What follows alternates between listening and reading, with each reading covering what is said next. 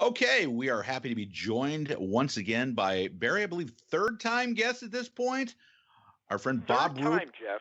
Third time's a charm. So, Bob, how you doing today?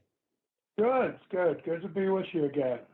So, Bob never ever out of the spotlight, as once again his name popped up on social media and in certain Facebook groups, Twitter accounts, dare I say, as the video of what's being called the Knoxville 5, a video that was made some 40 years ago. And suddenly, Bob, you're relevant again. So we decided to invite Bob to come on. Barry and I wanted to ask you some questions about the particularities of this video, what was going on with you and some of the other guys, if you could answer for them, and just get your general thoughts on what was going on when this video was made when you were in Knoxville in 1979.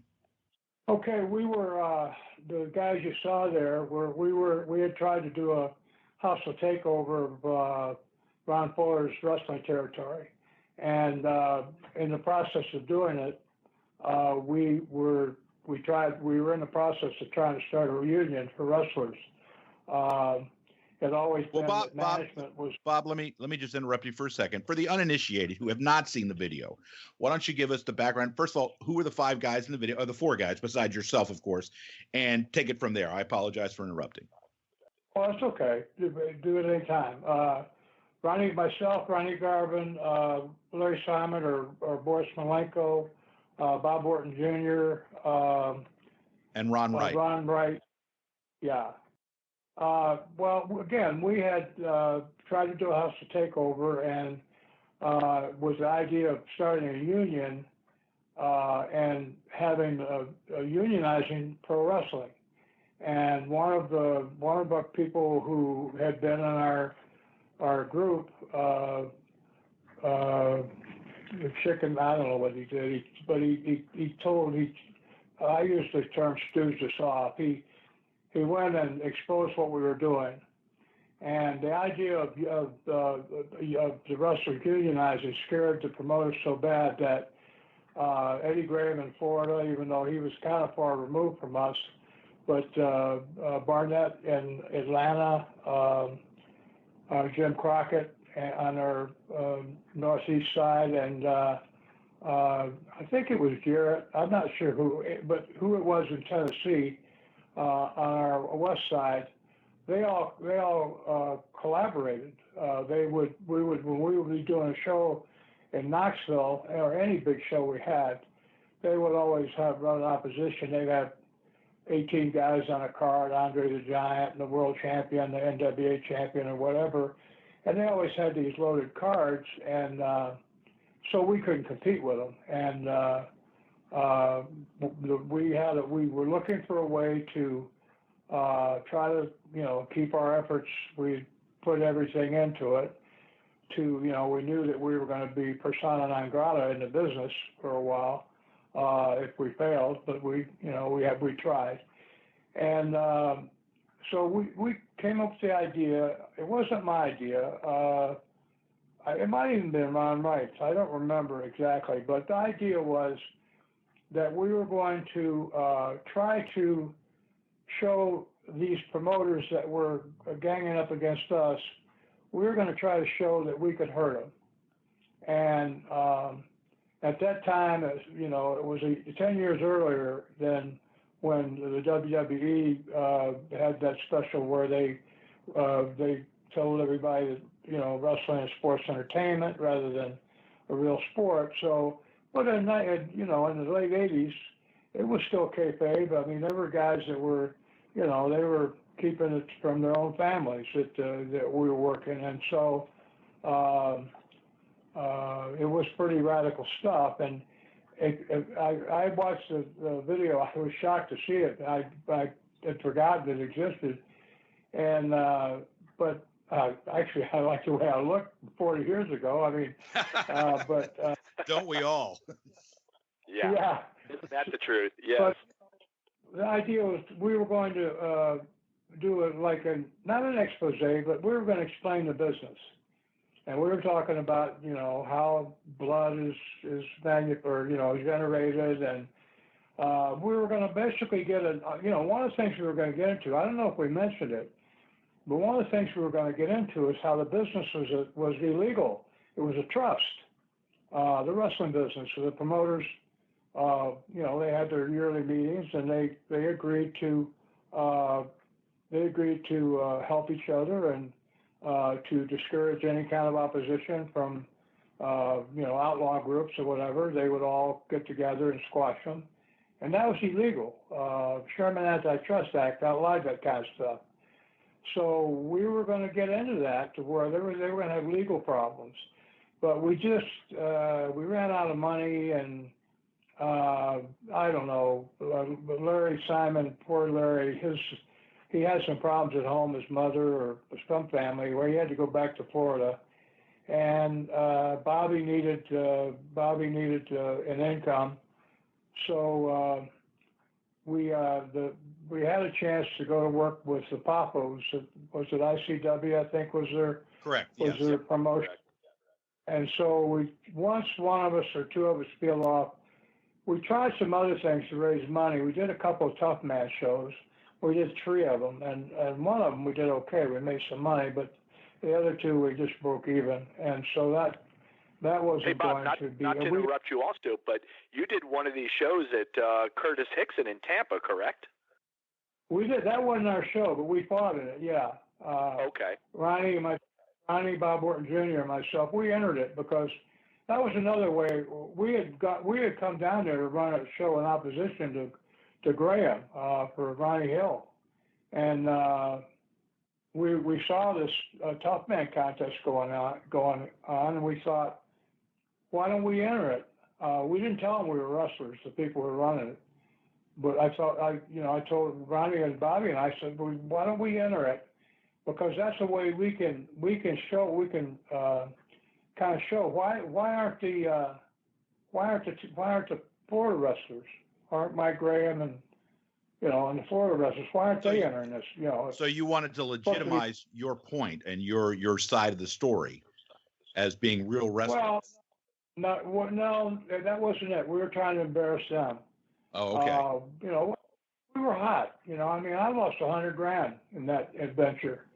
I put $100,000 into it. I never got back, and my savings, and we tried real hard. We gave it a good fight, but we if we hadn't been compromised by someone, turning spy or turn traitor on us, we had a chance. But once they were, I'm telling you, the idea that we were going to unionize scared the crap out of them, and so. That was basically what it was about, and a lot more.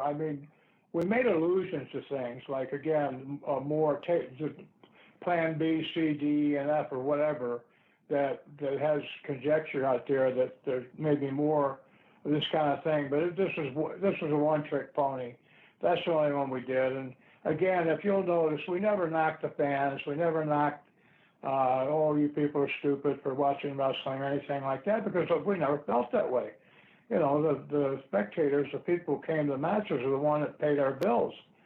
But my disappointment has always been with the promoters and the wrestlers themselves, the guys who would not stand up for themselves, would not stand up for the business, that got out and made interviews about how they were going to, and in real life that they were, that guy's a shitter, he's tough or whatever, and wouldn't stand up for themselves. They get, complain in the cars up and down the road, we got cheated on our payoff again, and just take it.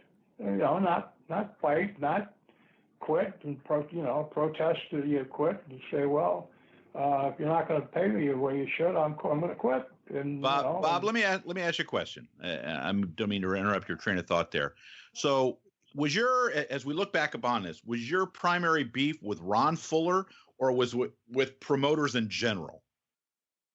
In general, I quit. Let's see. I quit a lot of them because they didn't, they cheated. They didn't pay the way that they should have. Ron, I was his booker, and I had a percentage. I was supposed to get 5% of gross, and the figures didn't match. I don't want to go into detail, but the figures didn't match. we'd be in a house where Ron Wright pulled me aside one night in Harlan, Kentucky, and he said, "Come here, I want to show you something." And we looked out there, and the house was full. Couldn't get any more people in there. And I saw some things going on at the box office. There was a mother-daughter organization, two people where one was selling, one was taking tickets. And there was some, let's say, sleight of hand going on. So when, we knew what a sellout was in terms of what the box office gate should be, and yet the figure we got back was like as much as $2,000 less. Now that enabled anybody doing that, I'm not going to be specific here, but let's say allegedly, anybody doing that, you're supposed to pay state tax. And I'm not sure federal, but I know state anyway. And also you're supposed to pay the buildings a percentage based on the gate. So there's some fraud going on. So that's through fraud and outright stealing. But I also was having as much as $1,000 a week taken from me. We had that territory going.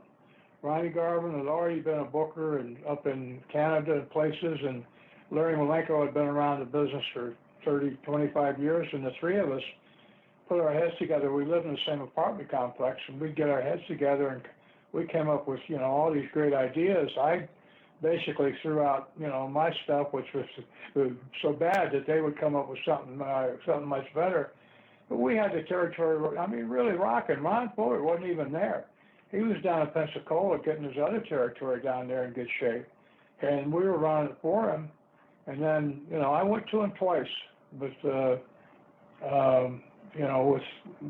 tell him, you're being stolen from, or something else is going on, but the house is not right. And he denied it and denied it and denied it. And so finally, we were running it anyway. Ronnie suggested, he said, why don't we take it? I thought about it, and I thought about the union, because that gives you some power. Not power in terms of, but it gives you some backing. It gives you some strength and numbers to have a union behind you. But and the business would be radically different today. I'm not saying the WWE would have been everything they are today, and maybe they've even been more. But the business wouldn't have been totally wiped out like it was for a while, where there was hardly any other business. There had been 40 or 50 NWA promotions around the world, and they were all gone. And so we would have had other businesses, because when the WWE took over everything, there was, I don't know how many hundreds of workers were put out of the boys were put out of work. They would have been available to work, and you could have gotten 2 or 3 territories going if you had the union, because you had the union to help, to keep saved, even the WWE, if they weren't unionized, which they wouldn't be, of course, to keep them from coming in and trying to kill your business by running opposition to you. You would have some power that way. The business would be completely different. I always wanted to say this trader, he screwed around a lot of people. It wasn't just us. He screwed around a lot of people. We had evidence of pro football, pro baseball, pro basketball. Those guys went off from being just like us, just getting absolutely reamed, to all of a sudden becoming millionaires. Guys were getting, there were guys, rookies starting with more than Mickey Mantle made in his entire year sometimes. Was their first year was after a union of only baseball being unionized only 2 or 3 years. So, but the guys, again, sometimes, I love the boys, but we're our own worst enemies sometimes. So I want to go back to something that, I'm sorry. I wanted to go back to something that you said earlier in this conversation as well. So you were talking about one of the boys stooging you off to Eddie Graham as far as unionization, but he was with you initially. So was the Knoxville 5 actually the Knoxville 6 in the beginning? Yeah, it was. And the guy who did it is passed on, so I can't say anything. But If you could, you're a historian, you probably know who it is. You can figure it out. But I can't. I'm not going to. Is it okay if I say his name? Is it okay if I bring up his name? Yeah. All right. Yeah, it was Dick Slater, correct? Is it okay if I don't react if you're right? Wait a minute, did I say that right? Yes. Nod your head. Nod your head once if it was him. Nod your head twice if it wasn't. So, Bob, once you said that once. Is that what you said? Okay. Let me ask you a question that's come up from some different places. Like I said, Facebook, Twitter. Is previous to this, you had been involved with Roy Shire in San Francisco. So, and you had some problems with Shire. With you felt that he had kind of shorted you on some payoffs and stuff like that. So, compare what happened in Knoxville with what had happened to you previously in San Francisco. Was it a similar feeling that you were being somehow the promoter was kind of taking advantage of the boys? Well, Roy had tremendous heat with the boys because he you wouldn't believe it. He would call guys he'd say the words SOB and MF and all that to their face. They'd come back after a match. First time I walked in, he's cussing out Lonnie Main, great big Lonnie Main. Roy coming up to about his, belt buckle, and Roy screaming out, "You stupid, blah blah blah blah," and all that. And I looked at him like I thought it was a rib, But he talked that way to guys. Well, through different things that happened, he was having a problem with Pat Patterson. Should have been a booker, but he was trying to get Pat to perjure himself in court. So Pat wasn't going to do it, and so Roy tried to blackmail him by making me the booker, thinking I was just going to carry a tape recorder with his finishes on it. But I took control of it, and we got business going again.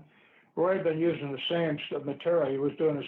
He was watching the same movie with different actors for 20 years. It's not any good anymore, even if you change the actor. So. What happened out there was the promoters, all his auxiliary promoters, Louis, somebody in Sacramento, and I'm sorry, Louis, if you're still around. I'm sorry I forgot your name, but his associate promoters came to me and said, we ain't working with this guy. Why don't you try to take it? I'm pretty sure you can get the TV. And so, I had to talk to the guys, and I made a mistake. There was a tag team out there, and one of the guys was a good friend of mine. The other one I didn't know at all. So he got included, and he told Roy, and I came back from, being gone for a day or two, and Roy called me in his office and fired me because, the guy had come to him and said I was going opposition, which is true. But it wasn't because Roy didn't pay too bad. His pay was okay. But he paid you a week behind. In other words, he always owed you a week, maybe even 2 weeks of pay, so that that would keep guys from running out on him. Which that part of it was smart enough. But many times when guys would leave and go back across the country, like say back to Florida from California, that last week of pay never made it to you. And, so let me ask you, other than that. You talked about the verbal abuse with Shire and stuff and stuff.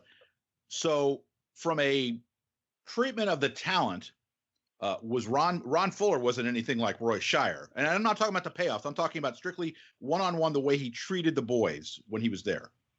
Oh, no, he was one of the boys. Ron was, okay. Ron was a good so you didn't have a personal problem with Ron. That's what I'm getting at. Well, let's put it this way. I don't feel like he was being frank with me. And I don't want to say any words starting with L, but, I don't feel like he was telling me the truth. And, it's very obvious. I understand body language, and there's certain body things people do when they're telling untruths. And I went to him twice. I tried to level with him. He wouldn't level with me. He might have been able to keep me. I was just going to leave. He might have been able to keep me. I might have gone along with it if I said, well, okay, Ron, it's a $10,000 house. You pay, say, 30%. Let's say that's the deal. You could call the house whatever you want. You can say it's $5,000, but for whoever you might be wanting to have to report that figure to, but pay me on the 10 and the guys. See, I was paying the guys every night. Pay. So I was in the middle. We got paid in cash every night. So I said, well, pay the $3,000, whatever the house really is. If he'd have proposed that kind of deal, I might have gone along with it. I would have made myself a criminal co-conspirator and took through fraud, but I could always claim I didn't know. But I might have stayed. I love Knoxville. That's why we wanted to take it. Short trips, I went back to Ronnie and Larry. I said, look, I'm going to give my notice and leave. You can only get screwed if you allow yourself to. I said, there's plenty of places I can go work anywhere. I said, I'll do it. And Ronnie said, man, don't do that. He said, come on, let's take this place. And, he loved it too. He wanted to stay there too. We could see staying there forever. And, but the way to do that, we knew everybody was going to come after us. So we needed to get the union and get a TV, and we were working on both. And by getting, ratted on, I sound like, I don't want to use that word, but by being compromised and I don't want to use the word exposed, because that sounds like you're doing something wrong. We were doing something right. I mean, I look back, I don't have any difficulties about doing that, except there's some ways now would be a smarter way to do it. But, you don't tell more than one or two people what you're doing, because, if there's even two people knowing what you're doing, it's not a secret anymore. So, but no, Ron was pleasant. I'm sure he still is, he was a pleasant enough guy. But the wrestling business was, you talk about a license to steal, and I ran box offices for a while when I was working. It was Ole Anderson's a booker working for the Atlanta, out of Atlanta after Turner bought it. And one of the box office people that took a shine to me, I would go settle with the box offices at the shows. One of the box office people that, so I don't know, I knew him somehow personally, told me there's 72 ways you can cheat on selling tickets in the box office. 72. And I'm sure most of the promoters that were, running their own buildings and had their own people there probably knew 75.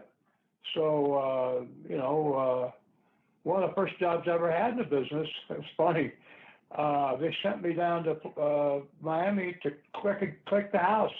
I stood out in the lobby kind of unobtrusively where I could see people coming in, and I had a clicker in my hand. I was clicking because they had a deal going with Chris Dundee down there, who was the promoter, that he was allegedly double selling tickets, and because so the house being listed at 20 grand, they'd say it was 15 or 10 or whatever, and because they were worried about Chris stealing from them too. You hire a thief, what do you expect? And so I was clicking the house to see if the thief was being honest, that's irony. That's what I'm laughing about. You can't trust a thief, Bob. I mean, come on. Well, if he's your thief, maybe you can. I don't know. I keep my valuables locked up though, and have button flaps on my pockets. Ron was fine personally, and I wish him well. We all pay for what we do in life. I mean, I don't know. So maybe some people get away with it, but who knows? Gotcha. They have to live with themselves. Yeah, so it's funny. I reached out to some people this week, and one of the people I reached out to was Scott Teal, and Scott said he had actually seen this video some 20 years ago, and he said it was on the back of a VHS videotape, and he saw it, and he said it was it was a little surprising, but it didn't make this gigantic impact on him. But there was all these theories that went out this week. And when something like this is released, that within the territorial wrestling world, it becomes controversial. And somebody came up with this and stated this as fact, and I wanted to run this by you and see, A, if this was accurate, and if not, maybe you can take it line by line and tell me exactly where it goes. But it's this in relation to the video. It was never going to be released. Never, ever. It was a bluff. They were trying to get Crockett to step in and help them out of the mess that they had gotten into. This was shot in the middle of the night at WKPT Studios in Kingsport, Tennessee by Fred Phelan. There is a second part that was also shot at Fred's home. About the middle of the night, that part sounds right. I don't know where the studio, but that's possible. I know nothing about Crockett. We did it in Tennessee, up where Ron Wright lived. It seemed to me he was the one that came up with this idea. Now, maybe he had this going. Ron might have had that going, and without telling the rest of us, or me anyway, about it. I don't know why he wouldn't. We were kind of all in it together, although Ron was going to do okay. He lived up there anyway, and if he didn't work for a while, he still was going to be okay. Somebody else would hire him, and he could work other places besides. He wasn't really with us in our opposition, but he wasn't one of the plotters, so to speak. But the name of the person who shot it, the idea that it was never going to be released, but we never would have made it. We never would have made it if it wasn't going to be released. Why would you make it? The idea was to somehow screen it for promoters, and maybe that was. Now I don't know this. This is just conjecture on my own to myself. Maybe Ron, or through Ron, somebody he knew might have had a connection to show this thing to Crockett. That might have been, because how do you approach the promoters? You mail it to them anonymously, or you put, you weren't going to put, back in those days, you couldn't put it on the air and just run it because, everybody, you hurt everybody's business, all the boys that hate you for, excuse me, you would say some of the things I've said, you say, well, would you care? Well, I didn't want to hurt guys. And, there are a lot of great guys in the business. Not everybody was was a backstabber. I beefed about guys complaining and not doing anything about it. Well, not everybody does that. Probably the other jobs people don't think they need raises, or money has a way of drawing out unhappiness. But I didn't want to alienate all the wrestlers, or show such lack of respect that I would be hurting everybody's income, because they were back in the late '80s. It was still kayfabe. There wasn't. I don't know if CAC was in business yet, but there weren't many. There weren't these reunions going on. In those days when an older timer retired, it was usually, if he lived long, it was because they'd retired. They had nothing but a beat up body. Most of the guys didn't save their money, and I used to see old wrestlers that I'd seen in their prime. That I saw them years later, kind of hanging around on the fringes, and in most cases it was sad. They looked old and tired and beat up, and it was sad because they'd had their moment in the sunlight, and it shouldn't turn out that way. That when you go out to pasture, that's when like if we were talking about a racehorse, that's when you get to eat the grass without having to go out and train every day, and be in stud, or at least, frolic around and rest and relax and be happy and not just be miserable. Now, a lot of the guys brought it on themselves because they missed being famous. They didn't like going back to being who they really were, but that's a different problem. Bob, let me ask you a question that our producer Lou Kippelman has put forward. I'm going to read you his question, what he wrote. When Bob talks about unionizing, The government's consent decree with the NWA went into effect in 1956, largely due to Sam Muchnick's political connections. By 1979, Muchnick was a couple of years away from retirement, and the NWA territories were softening or going out of business altogether. Detroit, Los Angeles, San Francisco. Do you think the time was right to buck the establishment? And if so, did you have the path to leverage any political connections to make those changes? Well, the consent decree is news to me. I think what does that mean? That okay, we're going to agree that you're not a trust. I think we did have access. Ronnie had a lawyer. He had a high-powered lawyer that was, I don't know if he was a fan or he knew him somehow. Ronnie was really over. Ronnie and Knoxville was a much smaller territory, but Ronnie was like Dusty and JYD out in Mid-South in Knoxville. He was over. I mean, he was really strong there, and he was a babyface. He was over like $1 million, and he had and plus Ronnie's a good guy, very gregarious, good sense of humor, a likable guy. He's very likable, and he had a lawyer friend. I mean, we had a couple of beefs that the cops and Knoxville police just didn't like us. That they kind of ran us up, one of them arrested my wife. She had to spend the night in jail just because she drove by some cones in the road that you couldn't hardly see. She wasn't drinking or anything. I had been the more drinking. That's why she was driving. Well, they arrested her. She had to go to court. Well, we had this lawyer come in, Ronnie, and the guy stepped in front of the judge. The judge was like 3 seconds. I'm serious. The guy stepped in front of the judge. I don't know if he just said hello, but the judge rapped his gavel and said dismissed. And so he was high-powered. And we had him on our side. And he wasn't going to charge us an arm and a leg. He liked the boys. I remember talking to him about the unionizing. So yes, we did have some clout. And I am not conversant with the extent of his connections. But we referred to it, might seem like 2 hours ago to you guys, but 10, 20 minutes ago, I said there were things, hindsight's always 20/20 and you're supposed to get older and wiser. There were things I would have done different. I would have had political, some kind of backing, some sort of political clout, some sort of maybe a lawsuit prepared in advance to put them on the defensive. Antitrust or whatever, to leave us alone. But we weren't thinking, and like I said, I was going to leave, and then there was any chance of us doing it would be gone.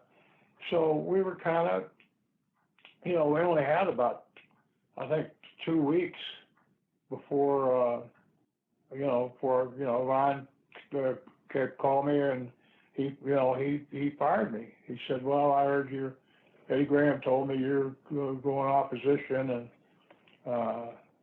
so I denied it. I felt like, I had to protect the guy. I didn't want anybody else to be, I had to go. But that didn't mean that Ronnie and Bobby and Larry had to go. So I denied it to protect them. And then we, when I told the guys we'd been compromised, they said, well, let's go anyway. And, but we couldn't get TV. And then, like I say, all the promoters around us came in against us. So, I would have, I'm sorry, go ahead. I was going to say, so when I first saw the video, I guess the first thing that struck me is a kind of a two-part question. The first thing that struck me is if this tape had gotten out back then, okay, and say Eddie Graham, I'm just going to use the name of a promoter that you work with on a regular basis. If Eddie Graham had gotten a copy of this tape, okay, do you think I guess my two-part question is, what would have disturbed Eddie more? Would it have been just the breaking kayfabe as you guys did, or the very tail end of the tape when you said, we have planned a second part where we're going to go into things like the homosexuality in the business. We're going to be going into things like how wrestlers bleed. Which part of this whole thing, or the whole possibility of you guys trying to set up a union, what would have been more concerning to a man like Eddie Graham? Or it would have been all of it. I'm sure that's the answer. But which one of these would have been the most concerning to a man like Eddie Graham? The kayfabe, definitely. Yeah. Eddie was so over in Tampa. He was voted one year, or however they do it, Tampa Downtown Athletic Club Professional Athlete of the Year. You know, like the year before had been Wade Boggs, and then it had been Dick Butkus. You know, for a professional wrestler to get that award, Professional Athlete of the Year, you got to have some clout. You got to have some respect. Eddie, that's one of the reasons they stretch marks all the time. And I mean, I did a few of them. Hero did a bunch of them. I did, I don't know, a dozen or so. And they advertise them. They say, you want to break into business, come on down and try out. And then they stretch them and they send them back out in the public, busted up, open, or, you know, with something broken, so that it was like a good advertisement. Eddie wanted to try to run the deal that this is all real. You know, having Jack Briscoe and me and Dale Lewis and guys who had amateur backgrounds, Hiro Matsuda, guys that could really, you know, could wrestle for real. That's the wrong term to use. They could do amateur wrestling. Pro wrestling, headlocks for real in pro wrestling. You know, drop kicks for real in pro wrestling. But, you know, you say shoot, submission or whatever holds. That would give it an air of more legitimacy. But you and I, guys, we all know those kind of matches, those shoots are so boring. Wrestling fans, you know, you have two people in your house after about 3 weeks of that because it's boring. I went to the finals of the Olympics in Munich. It's 10,000 seat house. It wasn't full, and that's the Olympics, the final round. So you know, because amateur wrestling is not theatrical like pro wrestling, it doesn't have the bathos and pathos of the good against evil sort of good against bad sort of soap opera type mystique to it. So Eddie would have hated that. The homosexual was probably, there was a promoter, I think we all know who it is, so I don't want to harm anybody's relatives. But, and then the blade, that was for everybody. The blade, to me, it's not shocking to me. The idea that you had blood capsules or, I mean, that stuff, I don't know, maybe somebody did one time, I don't know. And there was a way of filling a balloon. I don't know if I should say this on the air, but guys were going to, there was the one where if you were going to, like, hit in the throat, or you, for whatever reason, say you got bit by a werewolf and you were going to, you know, be hydrophobic on television, you'd have Alka-Seltzer in your mouth. And, you know, and when the time was right, you'd, saliva it up a little and you're foaming at the mouth. Well, there's a way to get blood out of your mouth, too. And you weren't going to use a razor blade, but guys would fill a balloon or a prophylactic with their own blood and, you know, have it in their cheek like a chaw of tobacco. And, you know, there were certain techniques. Maybe that's where the blood capsule came from, because people were trying to figure out, well, how the hell do they, that's got to be, you know, after all these years, something new. That's what they were talking about with the blood capsule, was when the blood out of the mouth. Because why would you use a blood capsule? Oh, maybe they thought that when guys reached up to their forehead, they were taking a blood capsule and squeezing it to run the blood down on over their face. Maybe that's what they're thinking. I never understood what, I thought for me the blood capsule was the stupidest thing in the world. I'm glad that, in a sense, I'm glad that McMahon did what he did. But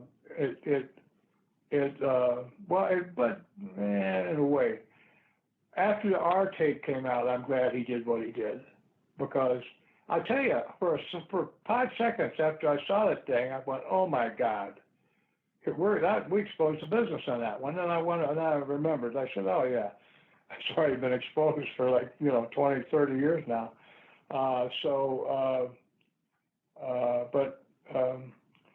one thing, I get off the subject a little. One of the things about exposing the business is that it makes it very dangerous for heels, because there have been people who got divorced over pro wrestling things, where families, doesn't happen often, but it does happen, where families, hurt each other, arguing over pro wrestling things.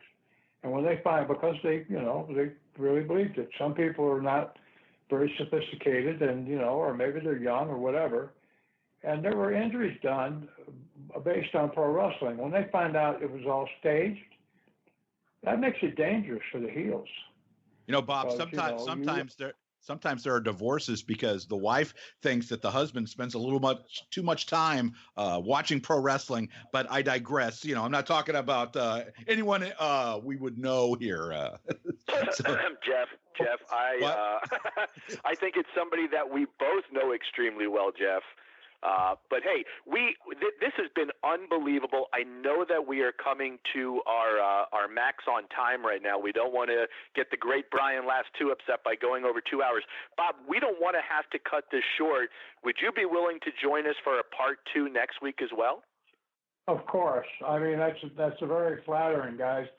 And I apologize if I am too long-winded. I get into stream of consciousness sometime, and I don't know, sometimes that might be the best, because it's not a pattern, it's not a script of any kind. It's just, sharing my thoughts with you. And I tell you, I want to thank you. I thank all of you so much for letting me express myself like this, because, that's what keeps us alive, is being able to do that.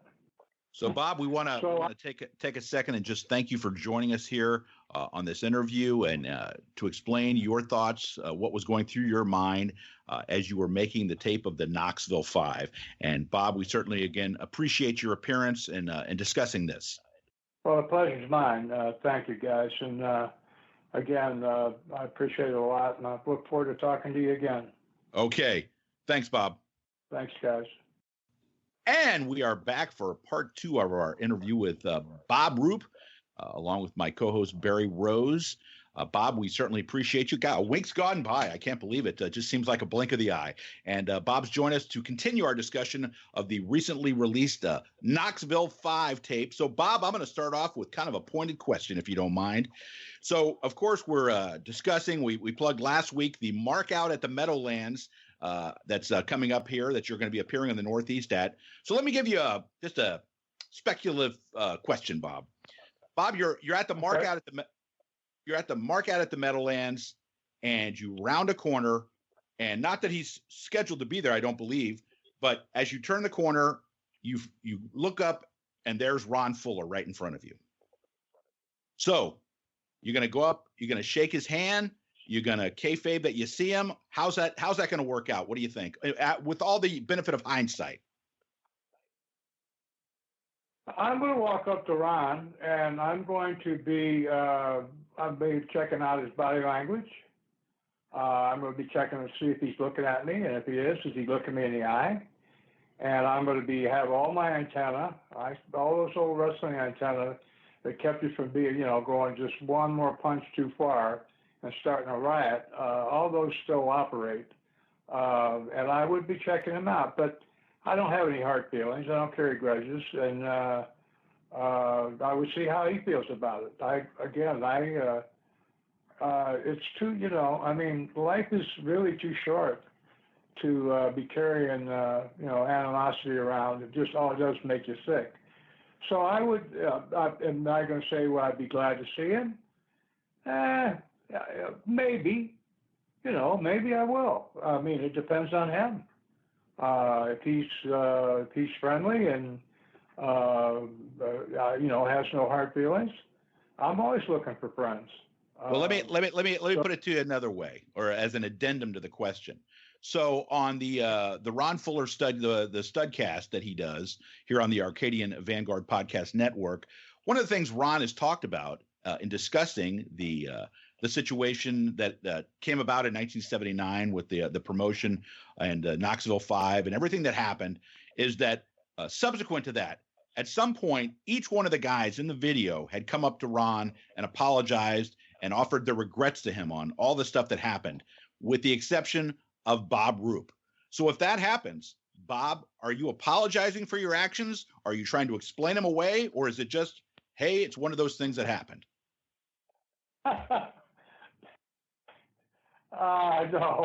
No, I'm not apologizing. Listen, Ron, I shouldn't say it, but I'm going to. Geez, Ron, I'm sorry that you were screwing me so bad I had to go opposition to you. No, I don't think I'm going to be saying that.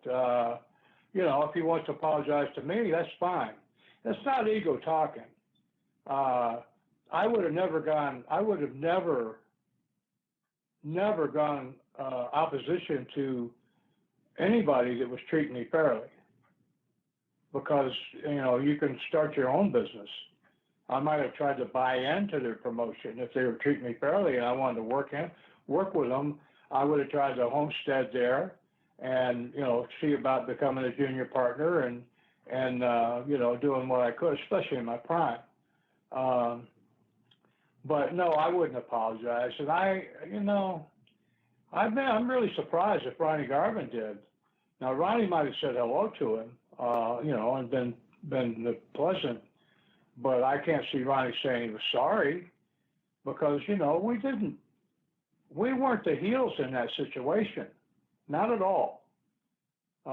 We were not. We were, Ron's alive, and I can knock him if I want to, but it's water under the bridge. But no, let's just put it this way. I wouldn't apologize. I'd be glad to talk to him about it and see if he'll look me in the eye now and tell me he wasn't, let's say, shortchanging me. But because at the time he wouldn't. As soon as I brought it up, he turned his back, walked away from me, started waving his arms and saying, "Oh, I can't believe the girls are stealing money from me," and all, just ridiculous. It was insulting. I liked Ron, and I helped break him in. I mean, I say helped. It wasn't like I spent months with him, but a couple times, I helped a little.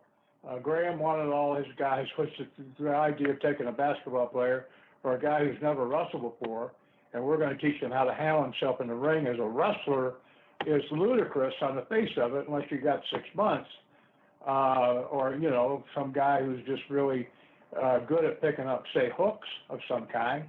But even then, a good, or even a half-ass amateur wrestler is going to be able to handle them.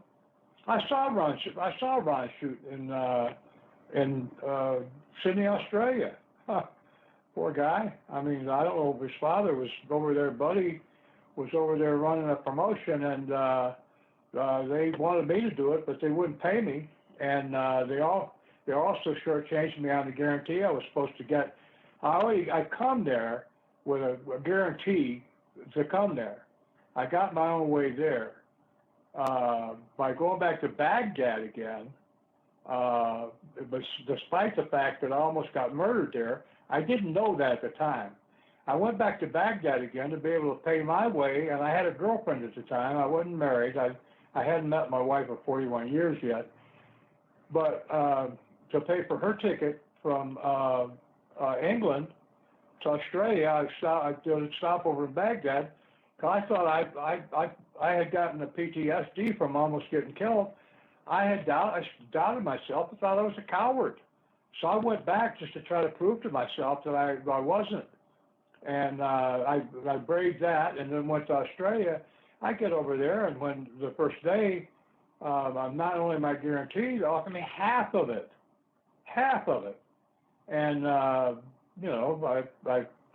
immediately, I had all the guys together. Buddy Fuller had a bunch of guys that worked for him in Tennessee to bring over there and replace the best talent, the best heels from this country. And they had, Spiros Arion for the Greeks, and they had Mario Milano for the Italian population. And, I had some great guys.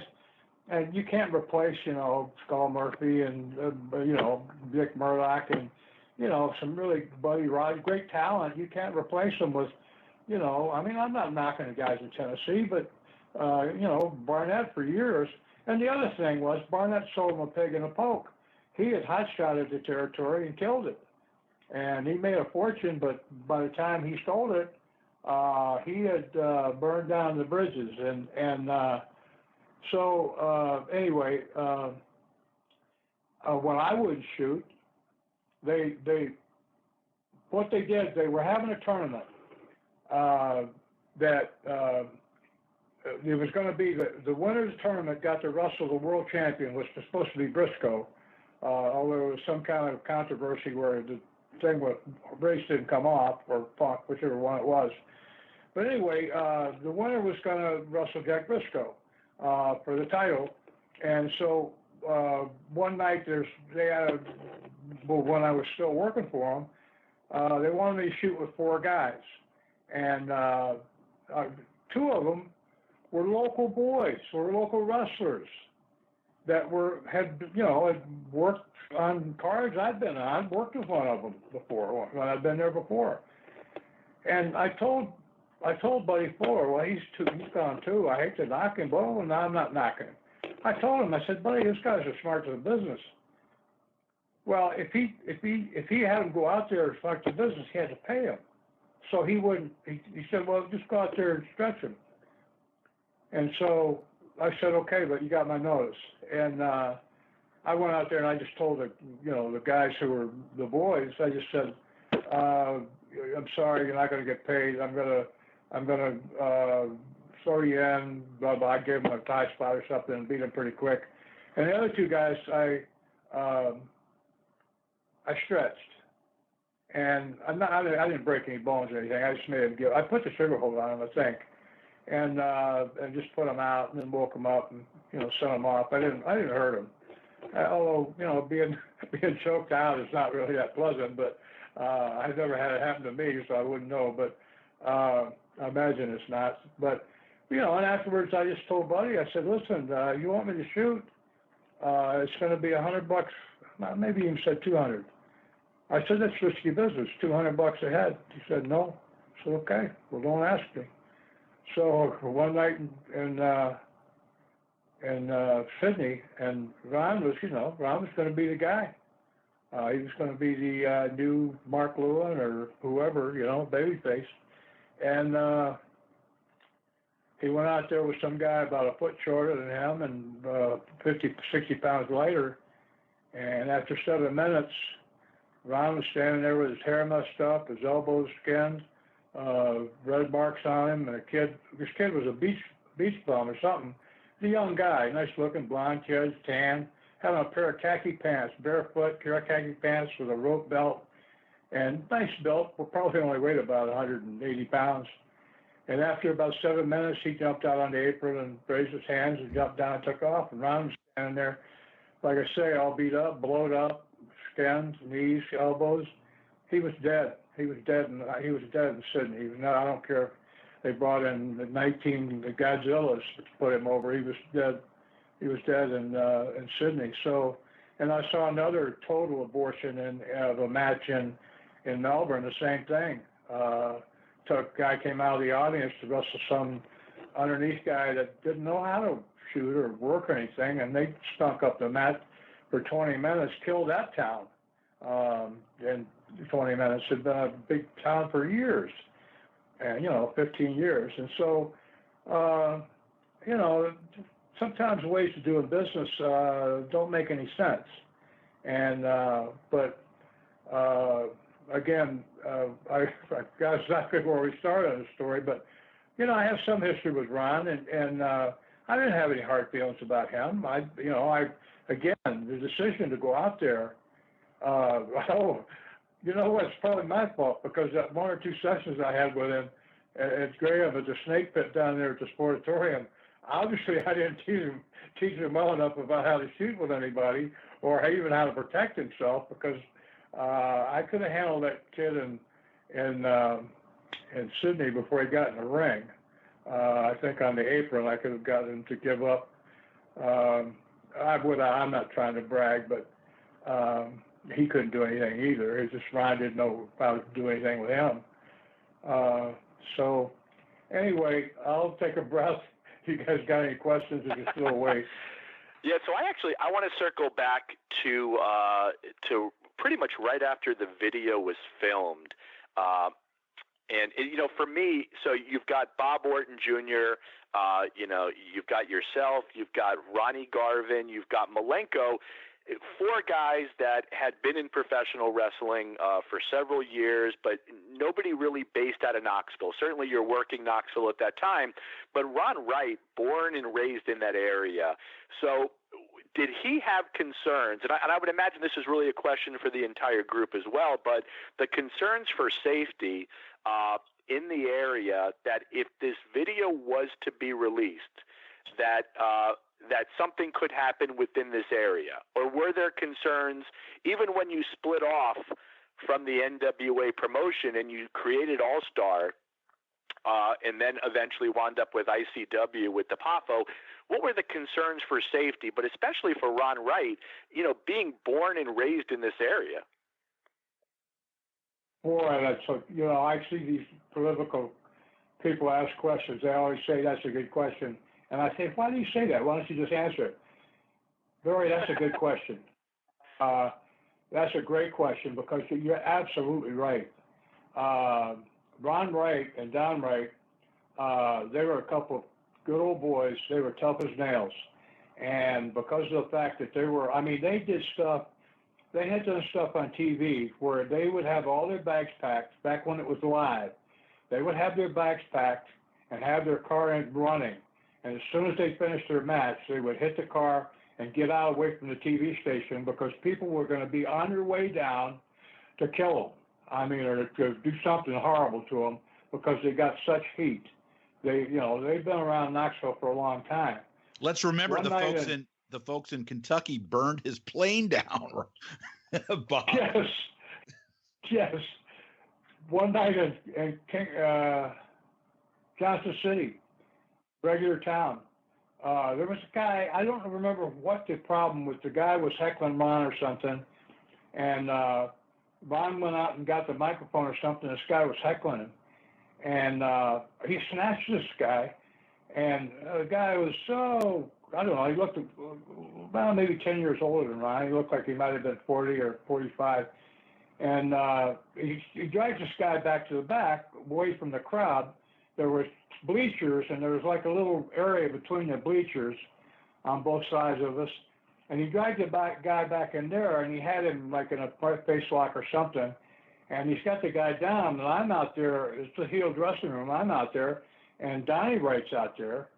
And all of a sudden, Ron raises his leg and stomps this guy right in the head. Just stomped the heck out of him. Whap! And I went, oh my God. I saw lawsuits coming everywhere, And I thought, well, Ron knew I was stomping too. He didn't like bust his eye open or break his nose. He stomped on the side of the head. But he jarred the guy pretty good. And I said, oh my God, Ron. I said, what's going on here, Well, all of a sudden, I look in here, Donnie Wright is climbing up the side of the bleachers now. He's got to pull himself up almost like a monkey in a way, because there's a guy up there. The guy is a great big guy. He's got a knife out. And he's saying, why don't you try that with me, Wright? Why don't you try that with me? Ronnie climbs up the bleachers, and the guy could have stabbed him in the face 17 times by the time he got up there. And the guy started backing up, and Ronnie ran him out of the building. And Ronnie comes back, and so Ron drags the guy we dragged the guy in the dressing room, and the guy that got stomped. And I said, why'd you stop him, Ron? He said, Ron said he had a knife in his pocket. I checked his pocket. Yeah, he did. Then the guy had his hand in his pocket. He's going for his knife. So Ron stopped him. That was smart. I said, Donnie, what the heck were you doing, man? I said, you crazy? He said, Bobby, we got to live in this town. He said, you let them guys get away with that kind of crap. He said, you can't go out to the drugstore without getting in trouble. And he was absolutely right. That's why it's a good question, Barry, because yes, that was a problem for those guys. But that being said, those guys were tough. They were rangy. One of the guys, a tough man contest in one of the towns we were in, it might have been up there in Frankfurt, or I'm not sure if it's in that area. was won by a kid that weighed about 180 pounds. He had 2 bullet holes in him and a couple knife cuts on him. Quiet kid, nice looking, quiet country boy. He was tough as nails. They had 3 one-minute rounds for these tough man fights. And, he would just start punching. Not wild, he'd tuck his chin, but he would just start punching. And he was good enough shape, he could do it for 3 rounds. About the middle of the second round, the other guy started backing up, and then he won the thing. It was $1,000, I think, for the winner. He wanted, good money back. It's good money now, but it's even better back then. And, there's some tough guys up there. And, you couldn't tell it by looking at them. Well, the Wrights were tough, and they were big guys. They were nice. They were good, nice guys, but they were tough old country boys, and, they knew how to scuffle.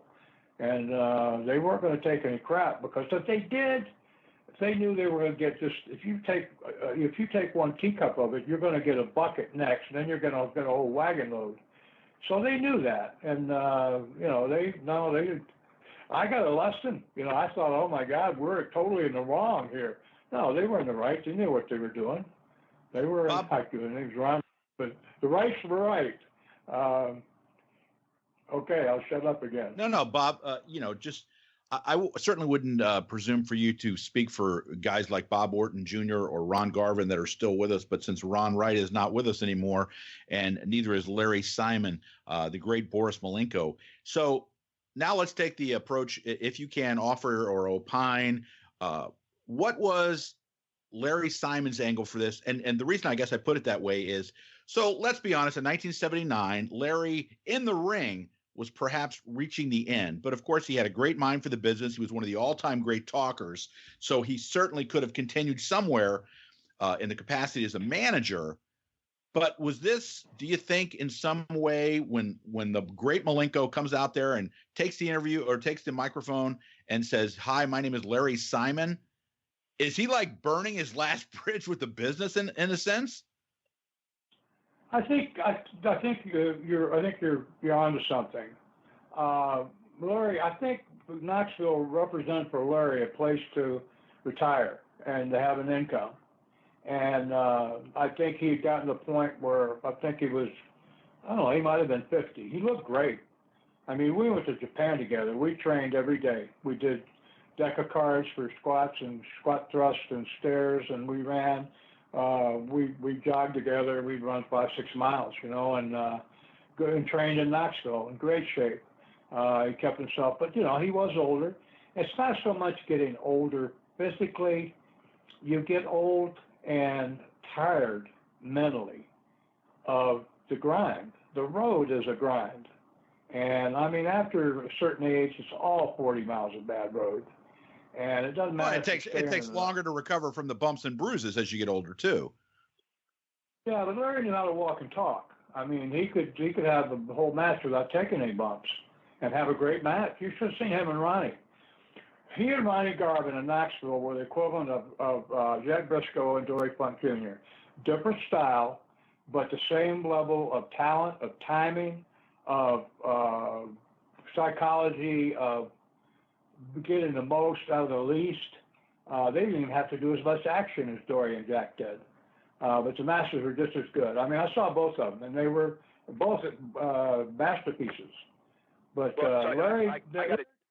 I got to jump in there, too. So I was in Knoxville, and Bob, I've told you this story before, but I was in Knoxville in 1978 with my parents, and they were having the Wrestling Fans International Association convention in the summer. I think it was August 1978. So we were there, and one of the headlining programs, if not the headlining program at the time, was the Garvin-Malenko feud, and they were having the Russian chain matches everywhere. And I can tell you, again, lifelong wrestling fan since 1971, the reaction from the crowd based off of what was taking place in the ring was absolutely insane. To me, it was comparable to some of the most exciting stuff that I ever saw, because these two guys were just pounding the shit out of each other with this chain, and people in the crowd were just losing their minds. So I completely know what you're saying when you say that. Oh man, I tell you, and their matches were just masterpieces. And we used to do this stuff. I mean, we had all this showbiz. We had a box that we put. I've told you this one before, but where we had these gimmicks that you would use to get people in the building. And once you did, I mean, people that didn't normally come. I mean, anytime that you have a building that's not sold out, and we're talking about Knoxville, the big Coliseum, if it's not sold out, well, you got room to improve your business.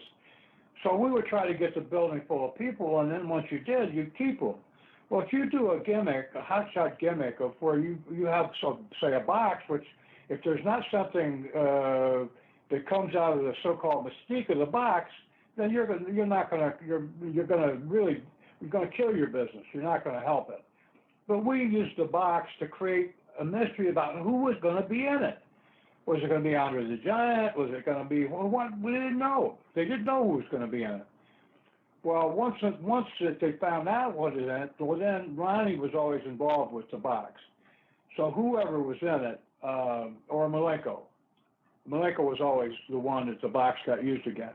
Whoever it was, and usually Ronnie was involved somehow.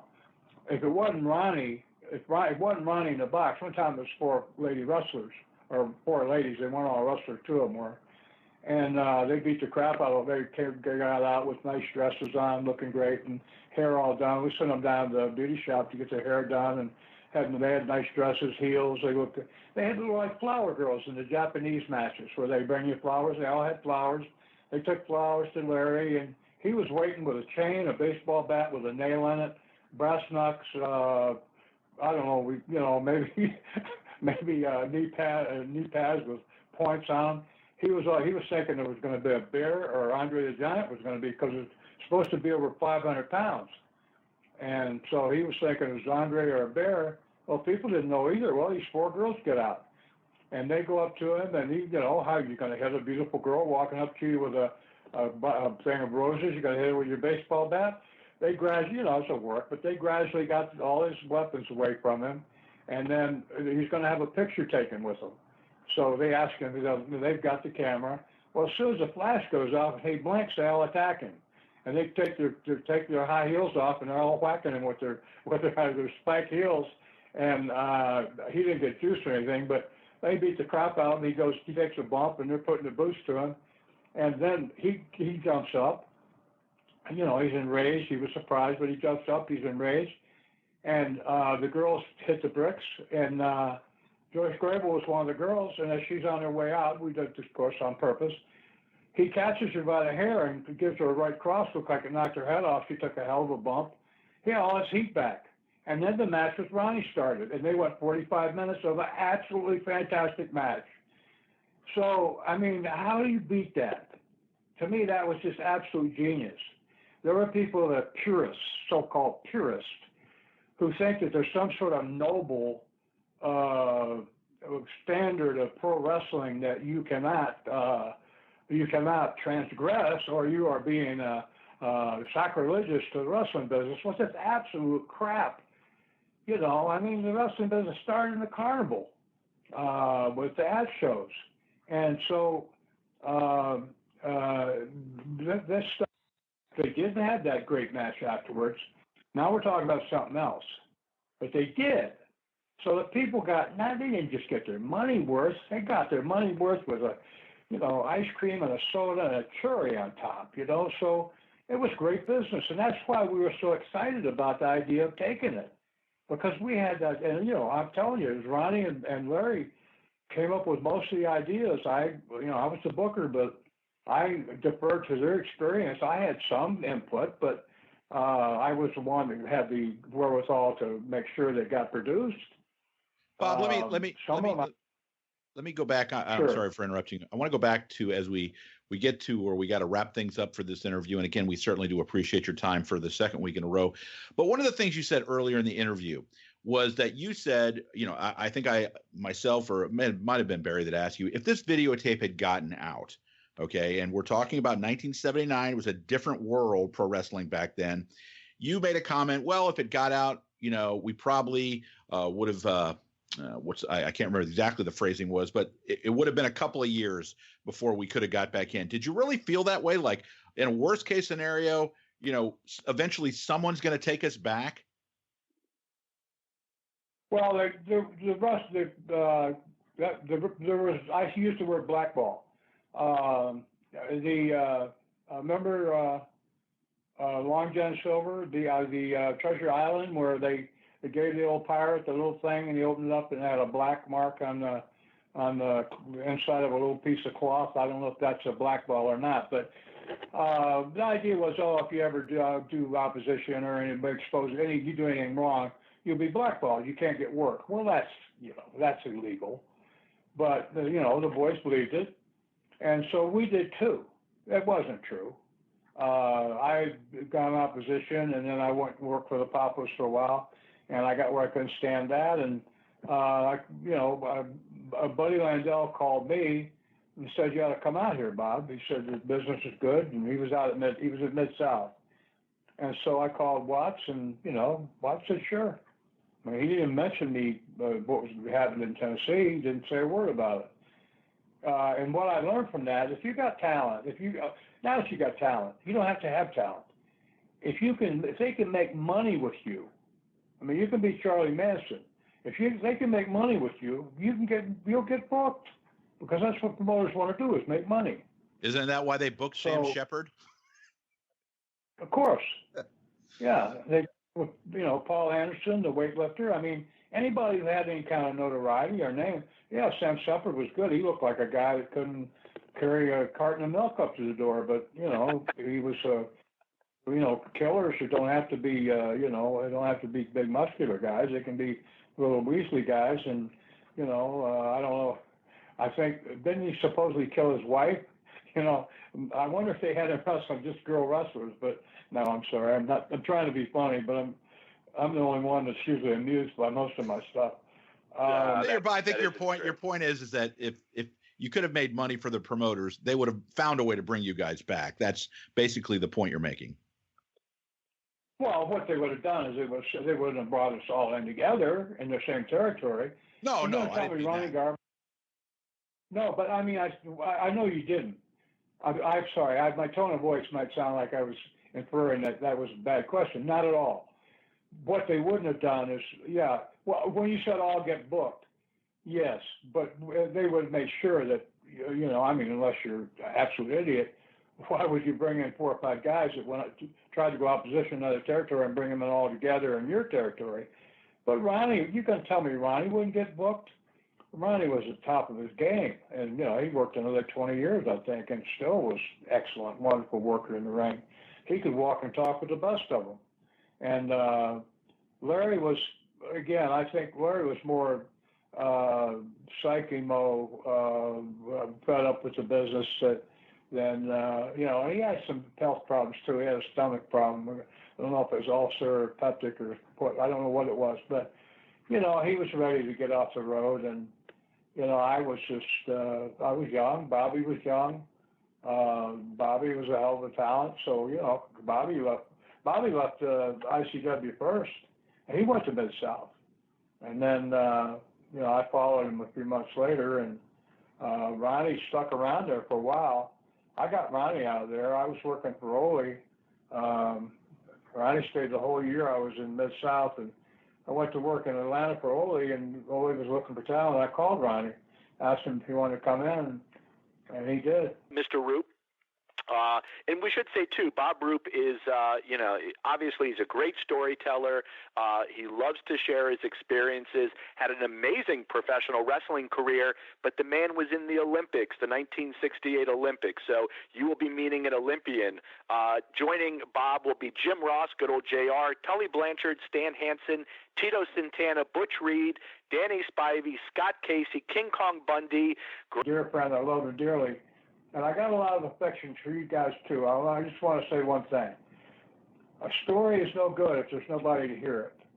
And by you guys giving me the opportunity, I mean, it's not just you listening to them. In fact, you probably heard them before, but allowing your audience, which it should be a tremendous audience for the quality you guys produce, is what it does for the storyteller. It not only enriches their their sense of self and brings them back in touch with their own feelings and emotions. When you're telling those stories, you're thinking back to how you felt when those things were going on, but you also learn some things. I realized two new things today talking to you guys, and that's called education. And it's stuff for me to reflect on and get even more nuggets out of that old mind. So thank you very much for that. I want to only go into detail about explaining why I'm thanking you so you understand the depth of it. My gratitude is very deep for you guys doing this for me. Thank you very much. Well, Bob, we certainly do want to take a second to appreciate you coming on for 2 weeks in a row. We hope we've offered up your thoughts on the Knoxville 5 tape that has been released within the last couple of weeks, and give your point of view on what was going down when the tape was made. And we certainly do appreciate your time. Well, thanks again. You owe me. I have to come on again. No, just kidding. I'll buy time to talk about my. If I get within a month or two of getting my book published, can I come back on? Well, I don't know. We'll have to think about it, Bob. Of course, we'll be happy to reach out to you. Yeah, we'd love to hear about it too. And I know we talked about this briefly in one of your appearances. That it was either the first or second appearance, and I don't remember which one. It was the first one, and we talked about the book that you were writing on your experiences in Iraq with Saddam Hussein. So I've had some conversations with Bob off air about this, and we spoke over the last week, and he shared some details which I will not share. You will have to buy the book, but I got to say, we hung up the phone, and when I hung up the phone after hearing these stories, I almost had to compose myself because they're frightening. Yeah, I'm still discomposed from that. Yes. Well, yeah. Thanks, Barry. We'll talk about it. Maybe some other. I'm still a month or two away from getting, probably more too, but I'm getting down there. I've written this book 3 different ways. I'm finally getting down to the way that I really like it. Same story, but just different ways of telling it, to where it chronologically makes sense. But I'm getting close. I have to keep stopping because some new memories come out that are too unsettling. It takes me a while I have to kind of walk around getting them back into full bloom in my memory because they're too distressing. At first, the old PTSD starts coming back. So anyway, thanks again, guys. You guys are the best. I really appreciate it. And we'll be in touch, Bob. Thank you so much.